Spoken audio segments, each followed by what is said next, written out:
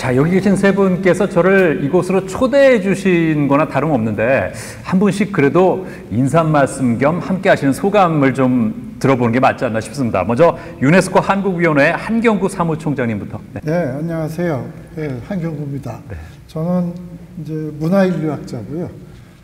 서울대 자유전공학부 교수로 있을 때 부천시에서 유네스코 창의도시 네트워크 가입을 하는 작업을 도와달라고 그래서 그때 이제 그 가입을 도와드렸던 인연으로 예. 이제 그 다음에 디아스포라 문학상 운영위원도 맡게 되고 그래서 이제 이 자리에 나왔습니다. 아, 네, 환영합니다. 네. 그리고 문학평론가 정과리 선생님, 안녕하세요. 네, 안녕하세요. 정과리입니다. 저는 문학평론가이고요. 지금 연세대학교 국어문학과에 재직하고 있습니다. 부천시에서 그 디아스포라 문학상이라고 하는 거의 뭐 세계의 거의 유일한 문학상이 될 것 같은데요. 그 디아스포라 문학상의 그 취지를 저에게 말씀을 하시면서 그걸 좀 심사를 맡아달라고 해서 제가 이제 1년 동안 그 심사를 갖다가 총괄 진행을 하였습니다. 예, 그 인연으로 여기 나오게 되었습니다. 아, 중책 맡으셨습니다. 고맙습니다. 심사를 다 하셔야 되는군요. 네. 예. 자, 그리고 부천시 문화산업전략과의 유성준 과장님. 네, 안녕하세요. 네, 안녕하세요. 네. 네, 저는 지금 옆에 계시는데 우리 한경구 총장님께 네. 처음에 이제 유네스코 가입에 대해서 좀 같이 하는데 좀 도움을 많이 좀 받고자 찾아뵀었어요. 그래서 네. 유네스코 가입 과정을 교수님 도움을 받아서 가입을 했고, 네. 그 과정에서 이제 디아스포라 문학상까지 오게 됐는데, 지금 현재까지 이렇게 과정 속에서 쭉 같이 이제 여러 교수님들 같이 하고 왔는데, 오늘 이 자리까지 왔다는 게 너무 감격스럽고요. 그래서 오늘 이 자리에 상당히 의미 있는 생각을 가지고 왔습니다. 네. 책을 요즘 사람들이 좀 예전보다는 덜 읽는다 이런 목소리가 있는데 어떻게 보세요? 간단하게 말씀드리면 실제로 저는 굉장히 심각하게 생각하고 있습니다. 아하, 예. 특히 그 모바일이 발달하면서 예. 예전에 책을 읽던 인구가 상당수가 모바일로 이동을 했는데요. 제가 지금 제일 걱정하는 것은 생각이 굉장히 단편화되고 즉흥화됩니다. 직접적으로 그러니까 오랫동안 생각할 그 시간을 갖지 않게 되고, 그러면 생각에 있어서 일종의 그 오류가 많아지죠. 네? 깊은 생각이 나오질 않고. 예. 그래서 한국 사회가 지금 그걸로 인해서 굉장히 뭐랄까 좀 시끄럽고 요란한 어떤 이 들끓음의 상태에 지금 있다고 저는 판단을 하고 있어요. 아. 그 중에 중요한 원인 중에 하나가 책을 읽는 습관을 우리가 길들이는데 실패했다라는 것이 좀 중요한 원인이라고 저는 생각을 합니다. 어렸을 때부터 그걸 길들여야 되는데 그걸 못한 거죠. 디아스포라 문학상도 어쩌면은 그런 어떤 그 책을 읽기 위한, 책을 읽는 어떤 우리의 생활을 만들기 위한 한 가지 방안이 될 거라고 생각을 하고 있습니다. 그렇군요. 이 부천을 책의 도시라고 얘기를 하는데 부천과 책, 이게 무슨 관계가 있을까요? 부천이 바깥에 알려지기는 이제 부천 영화제가 유명했거든요. 그렇죠. 판타스틱 영화제. 네. 예. 그래서 이제 영화로도 유네스코 창의도시를 신청할 수가 있는데, 네. 이분들이 곰곰이 생각해 보니까 문학이 좋겠다. 저는 이제 부천이 경기도가 대개 다 그렇긴 하지만 부천시가 굉장히 도서관이 잘 돼 있고 활발하고 시민들이 책을 많이 읽습니다. 그래서 그 도서관을 베이스로 해서 문학 창의도시를 해볼까 합니다. 예. 그 창의도시 준비하면서 저희가 책을 읽는 것만이 아니라 시민들이 책을 쓰면 어떨까? 아, 직접? 예. 예. 그래서 특히 이제 그게 교육적으로도 가령 고등학생들한테 글쓰기를 가르치는 것보다 그 국어교사 한 분이 책 쓰기를 가르치는 게 더 좋다고 그러세요. 부천시가 그 신청서 작성하면서 그때 책 쓰기 운동도 시작을 했어요. 예. 그래서 이제 책 쓰기 지도자 과정도 만들고 지금 그 3기가 졸업했죠 아마. 예. 그래서 그 여러 가지 의미에서 책의 도시입니다. 아, 저는 책의 도시라고 해서 사람들이 책을 많이 읽는 도시구나 이렇게 생각을 했는데 많이 읽기도 하지만 예. 책을 쓴다는 건 완전히 새로운 발상인데요. 네. 도서관이 저희 이제 시가 도서관이 참 많은 데거든요. 예. 걸어서 5분, 10분 안에 다 도서관에 도착할 수 있는 거리 이렇게 도서관이 배치가 되어 있는데 그 도서관 안에서 시민들이 이제 자기 삶에 대한 글을 쓰는 이런 훈련을 하는데 지금 4기째에 간 것 같아요. 1기부터 해서 4기째까지 그 강사 수준의 이런 분들이 배출이 됐고 학교에서도 학생들도 자기 일정 학년이 되면은 자기 책을 써보는 이런 사업들을 하고 있어요. 예, 유네스코 문화 창의 도시 이거 사실 이름만 들어도 굉장히 있어 보이거든요. 국제적으로 인정받은 느낌이고 이게 어떤 도시에 해당되는 건가요? 네, 그러니까 이거는 이제 유네스코가 2004년에 처음 시작을 했는데요. 네. 뭐 이제 중간에 조금 우여곡절이 있었습니다만 유네스코가 가만히 생각을 해보니까 이제 도시가 굉장히 많은 그 문제들도 가지고 있습니다. 예. 건강이라든지 뭐 이제 오염이라든지 그래서 그 유네스코는 도시의 지속 가능 발전이 참 중요하겠다. 그리고 사람이 많이 모이니까 도시가 가지고 있는 그 나름대로의 문화적인 자원들 그거를 잘 활용을 해서 이제 시 정부하고 그다음에 이제 이 창의적인 인재들 그다음에 시민사회 그다음에 비즈니스 기업 이 넷이 도시의 문화적인 자원을 활용을 해서 도시의 그 지속 가능 발전을 도모하는 거를 이제 그게 앞으로 인류가 나아가야 할 길이다. 그렇게 해서 이제 사업을 시작을 했습니다. 그래서 이제 유네스코 창의 도시 네트워크 그렇게 해서 이제 그 7개 분야에서 신청을 받아서 예. 이제 심사를 해서 이 충분한 그런 의지도 있고 준비도 돼 있으면 이제 네트워크에 가입을 하게 됩니다. 그러면 이제 국제적인 네트워크가 열리는 거죠. 국제 교류와 협력을 할 수 있다. 그러니까 자격이 돼서 합격을 한 거네요. 그렇죠. 이게 그때 할 때 동아시아에서 처음 됐어요. 그러니까 이제 그 전에 한국이 뭐 이제 영화로도 되고 이천이 처음이었나? 그래서 이제 크라프트로도 되고 예. 뭐 이제 전주는 이제 미식 음식으로 됐고 그런데 문학은 그때까지 없었거든요. 그럼 이런 유네스코 문화창의 도시가 전 세계적으로 몇 개나 될까요? 굉장히 많습니다. 그러니까 예. 유네스코 창의 도시는 한 200 지금 한 40개쯤 되나요? 240개. 240개. 네. 그리고 이제 거기 분야가 7개가 있고요. 네. 그래서 분야마다 또 그 같은 분야 도시들끼리의 이제 또 그 연락 회의가 있고 그렇습니다. 그렇군요. 예. 우리가 흔히 그 삶을 바꾸는 문학의 힘 이런 표현을 쓰는데 그 책 한 권이 어떤 사람의 인생을 결정하는 경우도 있지 않습니까? 그래서 우리가 독서를 해야 된다는 얘기를 하는 거겠죠? 그게 가령 상상의 인물이든 혹은 실제 인물이든 간에 하나의 인생을 갖다가 전부 한번 보는 일이 돼요. 네. 근데 그냥 보는 것이 아니라 한편으로는 남의 삶을 갖다 보는 거지만 다른 한편으로 책을 읽는 과정 속에서 책의 그 가장 중요한 어떤 이 기능 중에 하나는 동일치거든요. 예. 그러니까 독자가 스스로 그 책 안에 참여해서 그 주인공하고 자기가 똑같은 체험을 상상적으로 해보는 거예요. 예. 그게 실제 인물의 경험이든 아니면 소설 속의 이야기든 간에 그리고 그러는 과정 속에서 굉장히 낯선 하나의 삶을 갖다가 굉장히 단기간 내에 해보는 겁니다. 예. 그리고 그것이 그대로 자기한테 정신적인 자양분으로 이렇게 들어오는 거예요. 그럼 그 순간에 자기의 존재가 변하는 거죠. 여태까지는 자기는 A라는 삶을만 살아왔는데 B가 이렇게 들어온 거죠. 굉장히 간접적이긴 하지만 B의 어떤 부분들은 굉장히 강렬해 갖고선 예. 자기의 평생에 남고 그리고 우리는 A 플러스 B로 이제 살게 되는 겁니다.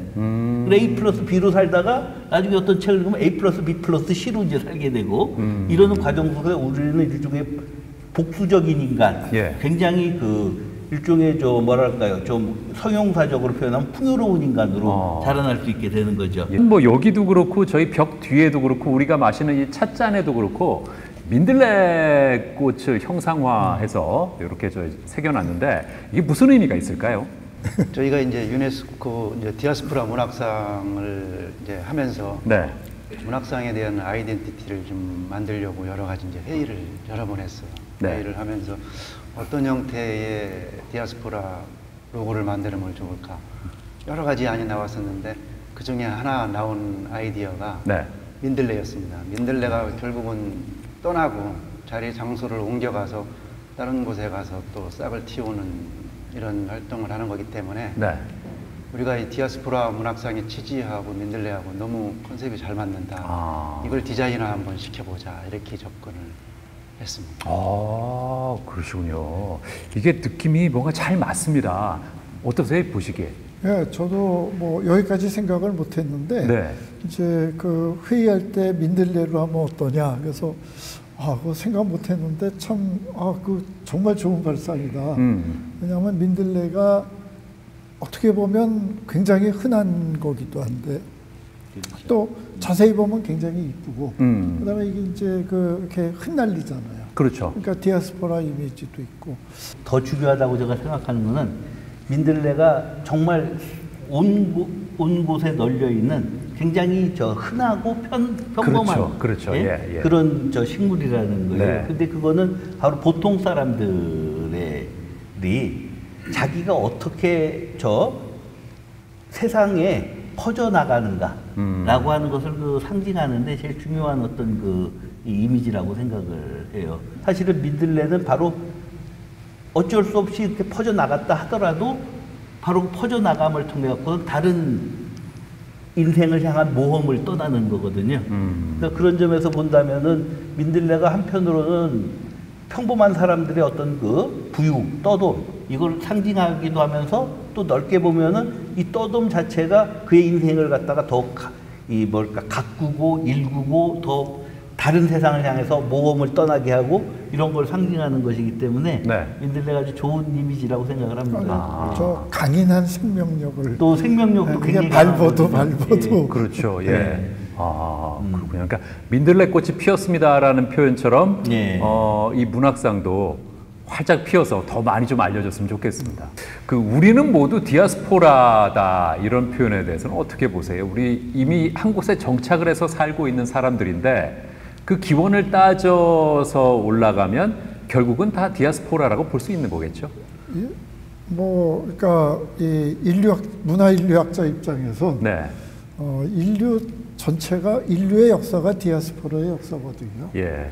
그러니까 이제 아직도 부정하는 분들도 많지만 이제 현생 인류는 아프리카에서 기원을 했고 그렇게 해서 이제 인류가 몇 번 이렇게 퍼져 나가다가 이렇게 멸종하고 그래서 이제 현생 인류는 역시 아프리카에서 여러 경로를 거쳐서 온 거고 저희도 우리가 한국인이라고 그러지만 사실은 요새는 이제 우리는 한국의 선주민이다 그러거든요. 선주민 먼저 왔다. 그러니까 한국에 온 지가 좀 오래된 거고 그다음에 후에도 사실 계속해서 중국에서도 오고 일본에서도 건너오고 여진족들도 많이 들어왔고 그다음에 남쪽에서도 올라오고 그래서 이제 사실은 그렇게 돼 있는 거죠. 그리고 저희도 또 많이 갔고 그리고 해외만이 아니라 국내에서도 6.25 때 얼마나 이동이 많았습니까? 그렇죠. 그다음에 산업화 과정에서 이제 부천도 사실은 전국에서 모여든 분들이 많고, 예. 그러면서 부천이 이제 발전을 하는 거거든요. 그리고 지금은 외국인 노동자들도 많이 살고 있고, 예. 부천은 외국인 노동자의 집이라고 그래서 이제 이주민 지원센터가 여기 굉장히 일찍 생겼어요. 여기 시민운동을 활발하기 때문에. 그래서 이제 전에 노동운동 하던 분들 중에 상당수가 외국인 인권 운동을 하고 계시고, 또 이제 한국인들은 특히 전 세계에 나가서 많이 살고 있습니다. 예. 이제 그분들도 굉장히 차별 배제도 많이 받으면서도 또 자기들도 또 차별 배제의 가해자도 되는 경우가 많아요. 예. 그래서 이제 저는 이 디아스포라 문학상이 이제 부천의 전부는 아니지만 네. 부천의 어느 한 측면을 참 잘 표현을 하고 있고 또 한국인들도 밖에 나가면 그렇게 살게 되고 네. 그래서 이제 그런 것도 그래서 좀 우리 다 어느 정도는 디아스포라가 아니냐 이런 걸 좀 상을 통해서 많이 깨닫게 됐으면 좋지 않을까 네. 그렇게 생각합니다. 네. 정과리 선생님께서는 어떻게 보세요? 저는 이 디아스포라라고 하는 것이 예전에 그 바빌론 유수며 이러면서 굉장히 부정적인 어떤 그 내쫓김, 또 이런 그 방황 이런 걸로 의미를 그런 쪽으로 이제 의미 부여가 됐지만 요즘 세상에는 이제 그 의미가 완전히 역전이 되어서 오히려 다른 세상을 향해 떠나는 모험으로 이제 이해되어야 될 때가 왔다라고 저는 생각을 해요. 근데 이제 그것은 그런 것에 대한 그 현실적인 근거는 조금 전에 우리 한 사무총장님께서 말씀하신 거에서도 뭐 굉장히 많습니다만 실제적으로 20세기 말부터 21세기 초엽에 이르는 과정 속에서 세계적으로 일어난 굉장히 중요한 현상이 세계화예요. 모든 이제 우리가 자국 단위로 삶을 살 수가 없고 단일국 단위로 삶을 살 수가 없고 자기 장소에 정착해 있을 때도 언제나 이 세계인으로서 또 살아야만 되는 이중적인 삶을 살 수밖에 없게 됐거든요. 그래서 20세기 말에 이제 세계화 바람이 막 불어닥쳤을 때는 그때는 그것이 일종의 그 세계 제국에 의해서 모든 나라의 그 소수민족들이 거기에 휩쓸려 들어가는 것이다 해서 세계화에 대한 저항이 엄청나게 셌었어요. 근데 시간이 지나다 보니까 이 세계화가 불가피하다라고 하는 것을 사람들이 알게 됐고 오히려 제국에 의한 일방적인 세계화가 아니라 모든 그 소수 국가들이 저마다 자발적으로 세계적인 교류를 하는 일종의 대한세계화 운동이 벌어졌거든요. 근데 지금 우리는 그런 과정 속에 살고 있고 그런 점에서 본다면 우리는 모두가 지금 떠도는 사람들이다. 그런 삶을 그런 걸 의식해야만 하는 시대가 왔다고 생각을 하고요. 또 농경민으로 정착을 하면서 사는 삶이 또 부작용도 굉장히 많아요. 조금 전에 말씀드렸던 것 같은 그 타자에 대한 배제의식 이런 것들. 그러니까 이게 유목민으로 살다가 농경민으로 정착을 하면서 거둔 성공의 무슨 요인들도 있지만 그 성공의 요인들을 간직하면서 본래 유목민적인 어떤 그 삶이 우리에게 이렇게 전해주는 어떤 그 개척과 탐험과 모험의 정신을 우리는 같이 가져야 될 때가 아닌가. 그리고 그것이 워낙 한국인의 피에 깊은 곳에 사실은 있었다라고 생각을 하면 조금 우리가 생각이 좀 달라지지 않을까 이렇게 생각을 합니다. 그렇겠네요. 요즘 특히 젊은 층에서 어떻게 보면 좀 여행을 길게 간다고도 볼 수 있는데 어디 한 달 살기, 뭐 제주도 한 달 살기 이렇게 해서 그 지역에 가서 뭐 꽤 장기간 거주하다 다시 돌아오는 경우가 있거든요. 이것도 어떻게 보면 그 디아스포라 정신의 발현일까요? 그렇겠죠. 그리고 제가 저희 때만 해도 그런 생각을 감히 못했는데 젊은 세대들은 쉽게 떠나는 걸 좋아하더라고요. 직장을 그만두고. 우리 세대보다는 훨씬 정착에 대한 의식이 강하진 않은 것 같아요. 그리고 저는 이걸 굉장히 긍정적으로 봅니다. 물론 고생을 자초하는 거겠지만. 그러니까 유전자 어딘가 깊숙하게 들어있던 그 디아스포라 정신이 다시 이렇게 나온 게 아닐까. 저도 그렇게 생각을 합니다. 그렇군요. 자, 그러면 더 많은 분들이 부천 디아스포라 문학상에 대해서 관심을 갖게 하려면 우리가 어떤 노력을 해야 될까요?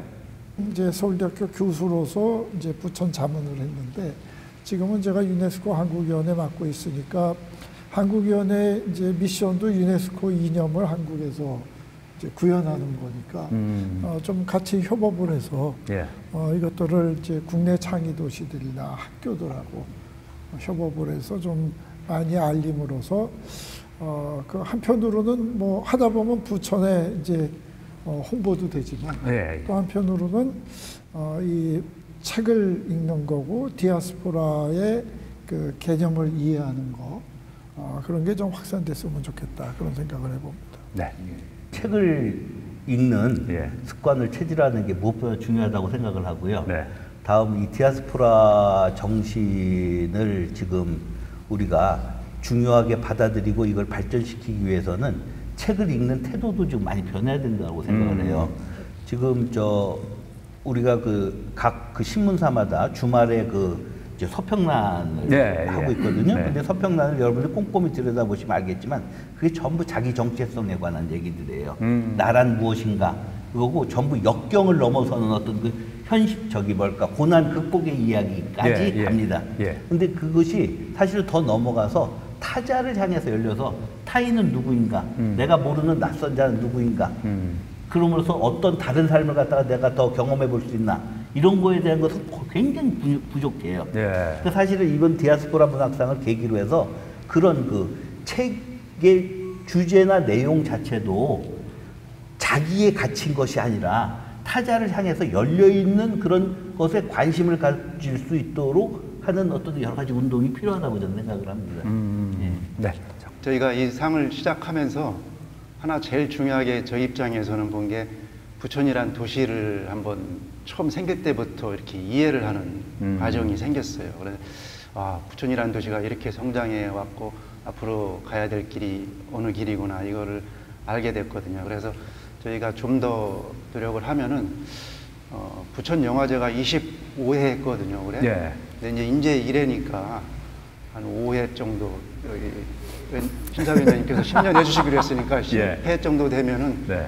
부천 영화제보다 훨씬 더 큰 상이 돼 있을 거라고 생각을 하고 있습니다. 예. 저도 이 부천하면 떠오르는 두 가지 그 양대 산맥이 될 수 있기를 예. 정말 기원합니다. 예.